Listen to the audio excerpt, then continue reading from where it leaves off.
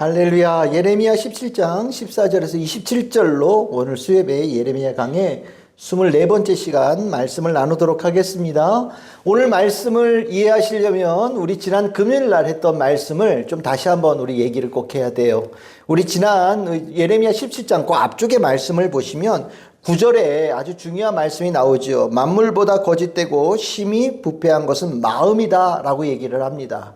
그 마음이 세상을 향하고 사람을 향하면 우리 5절 같은 데 보시면 6절 같은 데 보시면 사막의 떨기나무 같은 자가 되어질 것이고 그 마음이 하나님께 뿌리를 두면 우리가 말씀의 8절에 보시다시피 물가에 심겨진 나무가 된다. 나무처럼 된다라는 게 그 앞쪽에 있는 말씀이거든요. 근데 이게 이제 마음이 이게 어느 쪽을 향하느냐에 따라 완전히 다른 삶이 되어지는데 오늘 그 뒤쪽에 10절 그 이하로 쭉 보시면 이 마음이 올바른 대로 가지를 못하는 게 문제죠. 마음이 잘못된 대로 자꾸 뿌리를 내리는 거예요. 이 잘못되어진 대로 뿌리를 내리는 것에 대해서 지금 이 현상에서 오늘 읽었던 본문의 말씀이 그 뒤에 붙여지는 거예요. 그러니까 이 말씀은 그 앞에 있는 거에 대한 이어지는 중요한 메시지를 전하고 있는 말씀이라고 이해하시면 됩니다. 그럼 다시 한번 우리 앞에 보시면 우리 마음이 하나님께로 향할 수도 있고 세상과 사람으로 향할 수도 있어요. 근데 지금 이 마음을 가진 사람이 누굽니까? 이스라엘 백성이잖아요. 하나님의 백성이란 말이에요. 하나님 모르는 사람들이 아니라 하나님의 백성이라고 하는 사람이 마땅히 하나님께로 마음을 두어야 되는데 이상하게도 이 마음이 세상을 향하고 사람들에게 뿌리를 내리는 자들이 되고 있다는 거거든요. 그러면 이게 뭐를 의미하는 거냐? 왜 마땅히 하나님께 향해야 될 마음이 하나님께 가지 않고 딴 데로 가느냐? 오늘 여기에 신뢰의 문제가 나와요. 하나님을 신뢰하지 않는 거예요.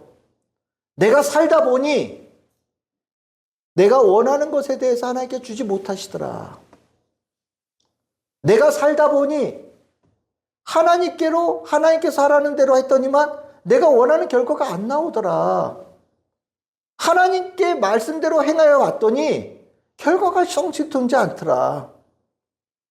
그러니까 하나님의 말씀, 하나님에 대한 신뢰가 옅어진 거예요.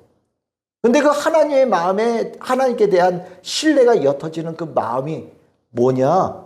심히 부패하고 거짓된 마음, 병든 마음이라고 얘기하는 거예요. 이게 병들어지는 거죠.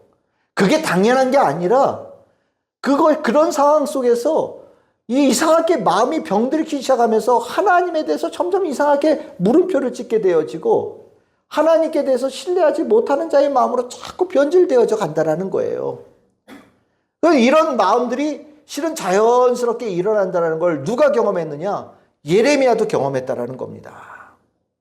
실은 하나님께서 예레미야에게 실은 이스라엘 백성들이 경험할 어려움, 고통들을 거의 똑같이 경험시키셨거든요. 좀 다르긴 하지만 예레미야가 이스라엘 백성들로부터 얼마나 공격을 받았는지 몰라요. 요거도 들어먹고 공격당하고 왜 너는 어떻게 입만 열면 망한다는 얘기만 하냐. 그러니까 사람들이 예레미야 안 좋아하는 거예요. 그럼 나는 하나님의 말씀을 전했어요. 하나님 말씀 전할 때는 어떻겠어요? 난 하나님의 종이야. 그러니까 얼마나 당당하게 확신을 가지고 전했겠어요. 그죠? 근데 돌아오는 반응은 완전히 예상 밖인데 아니 하나님께서 그러면 나를 지켜주신다고 약속하셨고 나를 공격하는 자들을 하나님께서 멸하신다고 하셨는데 하셔야 되잖아요. 안 하시는 것 같아. 내가 어려움을 겪고 있는데 하나님께서 나 지켜주시고 나 공격하는 자 멸하시겠다는 그 약속을 이행을 안 하신단 말이에요. 그러니까 어떻게 되겠어요? 예레미야 자신이 하나님에 대해서 뭐가 흔들리기 시작할까요? 신뢰가 흔들리기 시작하는 것을 본인이 경험한 거예요. 그 내용이 오늘 읽었던 본문의 15절에서 18절까지예요. 이 예레미야서 중간중간에 자기의 기도가 나오거든요. 예레미야의 기도가. 근데 그 중에 6번째 나오는 본문인데 오늘 이 본문의 내용이 그런 식으로 이해하시면 이해가 되는 거예요. 그래서 여러분들 18절에 보시면 나를 박해하는 자로 치욕당하게 하시고 나는 치욕당하지 않게 해주시고 그들을 놀라게 하시고 난 놀라지 않게 해주시고 재앙의 날 임하셔서 배가 되는 멸망을 그들에게 하세요 라고 기도하고 있잖아요. 이 기도가 정상적인 마음의 기도가 아닌 거예요. 너무 힘든 거예요. 왜? 거기 15절 보시면 사람들이 막 비꼬는 거예요. 여호와의 말씀이 어디 있느냐. 이제 임하게 해봐라. 예수님 보고 네가 메시아냐, 십자가에서 내려와봐라, 이렇게 조롱하는 거 똑같은 거예요. 그러니까 이런 얘기를 들으면서 스트레스 많이 받고 있는데, 하나님께서 이럴 때 날 지켜주는 말씀이 있었는데 안 하시니까 하나님 못 믿겠는데, 이런 마음이 드는 거죠. 근데 이런 마음이 이스라엘 백성들도 현재 가지고 있는 마음이에요. 그들도 하나님의 말씀대로 살겠다고 노력했던 적이 있었고 열심히 살았던 적이 있는데, 뭔가에 의해서 하나님에 대한 신뢰가 조금씩 흔들리기 시작한 거예요. 신앙이 무슨 가치가 있지? 믿어봐야 무슨 소용이 있지? 하나님이 말씀대로 안 하시는 것 같은데? 그러다 보니까 마음은 당연히 하나님께로 두어야 된다는 걸 배워왔지만 자연스럽게 세상을 의지하고 사람을 의지한 쪽으로 가기 시작했다는 거예요. 그것을 하나님께서 보고 계시면서 지적하고 계시는 거거든요. 그러면 이제 우린 궁금해지죠. 예레미야가 그 마음을 가졌었는데, 그 병든 마음이잖아요. 부패된 마음이잖아요. 그럼 그 마음은 어떻게 됐냐, 지금? 예레미야가 지금 얘기하는 건 뭐겠어요? 고침 받았으니까 얘기한 거예요. 그렇죠? 자기도 여전히 하나님께 신뢰하지 못하면 어떻게 예레미야서라는 게 쓰여졌겠어요? 내가 옛날에 그랬는데, 내가 너희들과 똑같았는데, 나는 그 부패했던 마음을 고쳤다는 거예요. 그럼 이제 어떻게 고쳤을까? 예레미야가 그거를 이스라엘 백성들에게 가르쳐 주고 있는 거예요. 나이도 너희들처럼 병든 마음이었는데 나는 이렇게 고쳐졌다. 그 고친 해결이 어디에 있느냐? 14절이에요. 14절. 우리 14절 한번 읽어봅시다. 시작. 여호와여, 주는 나의 찬송이시오니 나를 고치소서. 그리하시면 내가 낫겠나이다. 나를 구원하소서. 그리하시면 내가 구원을 얻으리이다. 아멘. 내가 이 병든 마음을 가지고 실은 내가 이 병들었다는 게 느낌이 있는 거예요.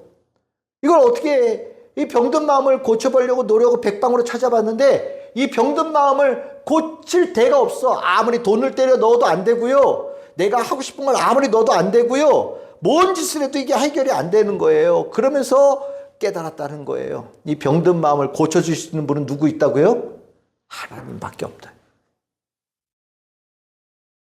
하나님에 대해서 신뢰를 잃어가지고 이 병든 마음인데 결국 하나님께 다시 나아가는 것밖에 없다라는 것을, 하나님만이 나를 고쳐줄 수 있다는 것을, 하나님만이 내가 병든 것에 대해서 사랑의 손길을 내밀어 주시고 회복시켜 주시는 유일한 분이라는 것을 예레미야가 깨달았다라는 거예요.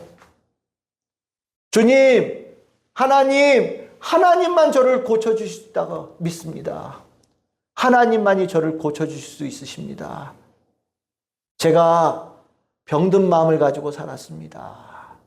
제가 하나님을 신뢰하지 못하는 마음으로 살았는데 이것이 하나님 때문이 아니라 제 마음이 병들어서 생긴 문제라는 걸 깨달았습니다. 하나님이 병든 마음을 가지고 하나님 앞에 나왔습니다. 하나님을 신뢰하지 못하는 이 마음을 하나님 고쳐주시옵소서. 이게 굉장히 중요한 결단이죠. 하나님께 섭섭이가 들었는데, 전에는 하나님이 이상해서 섭섭이가 들었다고 생각이 들었는데 생각해 보니까 하나님이 아니라 내 마음이 병들어서 섭섭이가 든 거예요. 근데 하나님께 섭섭한 마음이 들었더니 되는 일이 하나도 없어. 모든 게 막히는 거예요. 예레미야가 하나님께 대해서 섭섭한 마음을 가졌을 때 제 사람들이 자기를 비난할 때 받는 어려움보다 더 힘든 과정을 자기가 겪은 거예요. 그리고 나서 예레미야가 뒤도 안 돌아보고 하나님 앞에 가서 엎드렸다는 거예요. 하나님, 죄송해요. 병든 마음으로 왔어요. 저 고쳐주세요. 그렇게 하나님께 고쳐달라고 오면은 하나님께서 어떻게 하실까요? 너 나 알아? 맨입으로 돼? 그렇게 얘기하는 분이 아니라는 거죠. 고쳐주세요. 그랬더니 하나님께서 고쳐주셨다는 거예요. 예레미야는 자기 얘기를 하고 있는 것 같은데 이 얘기가 마음이 병들어서 하나님에 대한 신뢰를 잃어버린 자들에게 해결 답으로 주고 있는 거예요. 하나님에 대한 신뢰를 잃어버릴 때 하나님만이 그 신뢰하는 마음으로 회복시켜 줄 수 있다는 것을 얘기하고 있는 거죠. 여러분들 이거 확실하게 마음에 새기시길 바랍니다. 사람들이 자기 삐진 거 대단한 무슨 권세인 줄 알아요. 하나님께 삐졌다고 티내면 하나님께서 특별하게 자기에게 뭔가를 갖다가 얘야 왜 삐졌어? 막 이러면서 해주실 것 같아요. 그렇게 생각해요. 여러분들 알고 계십시오. 하나님은 나를 삐지게 하실 분이 아니에요. 하나님 한 번도 나를 실망시킨 적 없고 하나님 한 번도 나를 잘못된 길로 이끈 적이 없어요. 하나님은 나에게 가장 의롭고 선하신 분이셔요. 내 마음이 병들어서 그 좋은 하나님을 나쁜 하나님으로 여기고 하나님 미워, 하나님 싫어 라고 했던 잘못된 마음을 내가 가진 거예요. 섭섭이가 들었던 마음이 하나님께 있는 분이라면 그 섭섭한 마음 괜히 딴 데 가서 푸지 마시고 하나님 제 섭섭이 들어있는 내 마음, 이 잘못된 마음, 이 부끄러운 마음 고쳐주세요라고 하나님께 가셔요. 그것만이 길이에요. 오늘 그 말씀을 예레미야가 전해주고 있는 거예요. 그리고 두 번째 해법을 줍니다. 그것이 19절 이하예요. 뭐라고 얘기합니까? 안식일을 거룩하게 지켜라. 우리가 하나님께 섭섭한 마음, 마음이 병들면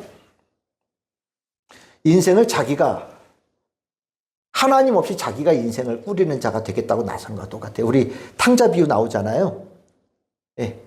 그 아버지한테 섭섭이 들어서 떠난 거거든요. 그 둘째 아들 일종의 하나님 섭섭해요. 이상한 마음 먹고 아버지 없이 살래요. 그러고 나간 거예요. 내 인생 나의 거 내 마음대로 살겠다고. 화려한 멋진 라이프를 꿈꾸면서 간 거예요. 근데 실은 인생이 나가보니까 인생의 짐이 얼마나 무거운지. 쉬는 날도 없고 매일같이 죽어 일해도 내가 필요한 것을 다 얻지도 못해요. 괴롭죠. 남들 쉴 때 나는 그날도 일해야 되고 남들 쉴 때 그러니까 난 더 열심히 해서 돈 벌어야 된다는 생각 막 들면서 힘든 삶을 사는 거예요. 오늘 성경 여기 보시면 21절에 짐이라는 단어 나오죠. 짐. 안식일에 그 마음이 병든 자는요. 하나님을 신뢰하지 못하니까 하나님께서 내 삶을 돌본다라는 신뢰가 없어요. 그러니까 어떻게 해요? 내가 살아야 되는 거예요. 내가 내 인생을 살아야 되는 거예요. 그러니까 안식일에도 일을 하는 거예요. 여기 짐이라고 돼 있잖아요. 일을 하고 난 이걸로 부자 되겠다고 하는데 실은 이게 짐이야. 예레미야가 얘기해요. 너희들 힘들지? 나도 힘들었어.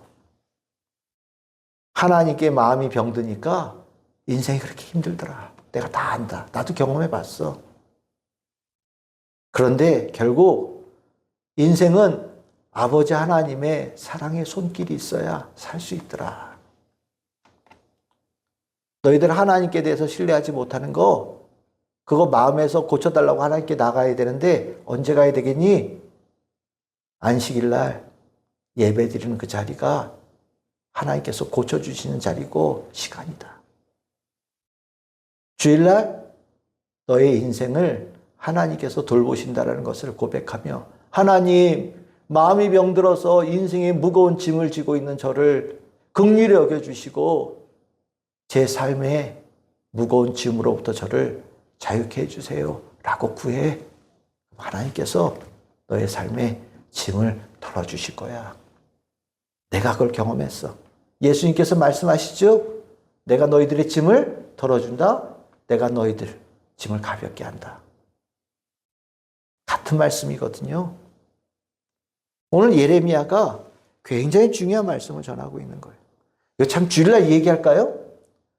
많은 이들이 잘 살고 싶어서 주일날 일해요. 교회 나오면 부자 안 될 것 같고 교회 나오면 뺏길 것 같은 생각이 들어요. 그래서 더 자기 열심히 살겠노라고 교회 가는 시간에 돈 벌겠다고 하나님 앞에 가는 시간 그 대신에 내가 땀 흘려 일하는 게 100배 낫다고 나서는 사람들이거든요. 그런데 하나님 없는 삶은 짐이 더해지는 삶이에요. 무거운 삶이에요.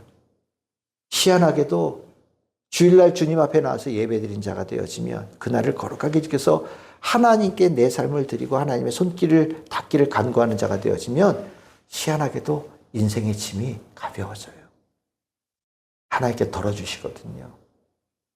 그 덜어짐을 통하여서 하나님에 대한 신뢰를 잃어버렸던 상실되었던 마음이 하나님을 상실하는 자로 돌아가요. 그러다 보니까 옛날에 이런 설교 많았죠. 주일날 장사를 안 했더니 오히려 갑절이 벌리더라. 이런 얘기들. 내가 주일날 쉰다라는 게 소문이 다 나서 주일날 안 와요. 대신 토요일날 와요. 대신 월요일날 와요. 그러다 보니까 좀 지나다 보니까 하나님께서 매출을 똑같이 맞춰주실 뿐만 아니라 나중에 더 주시는 걸 내가 경험했어요. 정말 옛날에 이런 간증들 많았어요. 거짓말이냐고요? 진짜예요. 예레미야가 이 말을 전한 이유가 있는 거죠. 하나님께서 예레미야에게 경험시키시고 그것을 이스라엘 백성들이 가르치시는 거예요. 그러면서 오늘 저 뒤에 24절, 25절, 26절 그렇게 하나님께 고쳐달라고 구하면서 안식일을 거룩하게 지키는 자는 그 성읍이 영원할 것이다. 그 집이 아름답고 그 인생을 영원히 든든한 인생으로 하나님께서 만드실 것이다. 하나님의 약속이에요. 그런데 하나님 신뢰하지 못하는 병든 마음으로 지 인생 지가 꾸려서 어떻게든 살아보겠다고 바득바득 우기고 하나님으로 떠난 자가 어떻게 되느냐. 27절이죠. 불이 확 붙어서 다 타버릴 거다. 불타는 인생, 불이 타서 재만 남은 인생이 될 것이다. 하나님의 나중에 결과에 대한 아주 명확한 뚜렷한 대비거든요. 결국 이게 뭐에서 시작됐습니까? 하나님을 신뢰하는 마음, 하나님에 대한 신뢰에 관한 문제예요. 우리가 주의를 지킨다는 거 하나님 엄청 신뢰하는 자의 몸짓이에요. 삶의 모습이에요. 올 수요일 우리 예배 드리잖아요. 여러분들 정말 하나님 신뢰하는 자들이에요. 내가 장사 1시간 더 하고 와서 하나님께 예배 드리는 게 100배 내 삶에 비할 수 없는 하나님의 은혜를 입는 시간이야. 난 이 시간 절대 안 놓쳐. 하나님 신뢰하는 사람들이에요. 하나님 신뢰하는 못하는 사람들이 예배 드리라고 하면 제가 지금 바빠서 예배 못 드려요. 내가 지금 중요한 일을 해야 되기 때문에 예배 못 드려요. 내가 지금 먹고 사는 게 급해가지고 내가 1시간 더 일해야 돼요. 이런 얘기를 한단 말이에요. 하나님을 신뢰하는 자가 영원한 인생의 은혜를 입는 거예요. 인생의 삶의 집을 얻는. 하나님을 신뢰하지 못하는 병든 마음이 그 삶을 하나님의 징계받아 불붙는 인생의 집을 만드는 길로 간다라는 게 오늘 예레미야 17장이 아주 중요한 메시지거든요. 어떠셔요? 여러분들 하나님 신뢰하시죠? 네, 날 사랑하시는 거 신뢰하시죠? 내 삶에 하나님께서 은혜를 날마다 부어주심을 여러분들 신뢰하시죠? 내 삶 하나님께서 돌보시고 공급하시는 것 내 삶이 이어진다는 거 신뢰하시죠? 예, 신뢰하십시오. 신뢰를 전하십시오. 그 확신이 있어야 복음 전하는 거예요. 내가 그 확신이 없는데 어떻게 복음을 전하겠어요?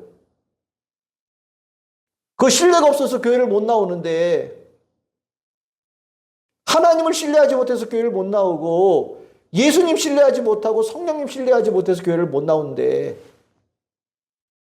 그들에게 여러분들의 신뢰를 전해서 그들의 생각과 마음을 바꿀 수 있는 기회가 있어야 되지 않겠습니까? 이번 주일이 그렇게 되기를 바라요. 오늘 우리 기도의 제목은 그거예요. 우리 이번 주 주일날 오는 이들이 하나님을 신뢰하는 마음으로 바뀌어지기를. 그런 은혜 입은 자의 마음을 갖게 되어지기를. 오늘 우리 내 사랑하는 이들, 내 태신자들의 이름을 하나 놓고 우리 기도하면서 주의 응답 받기를 소망합니다. 오늘 주님의 은혜가 이 시간 충만하기를 주님의 이름으로 축복합니다.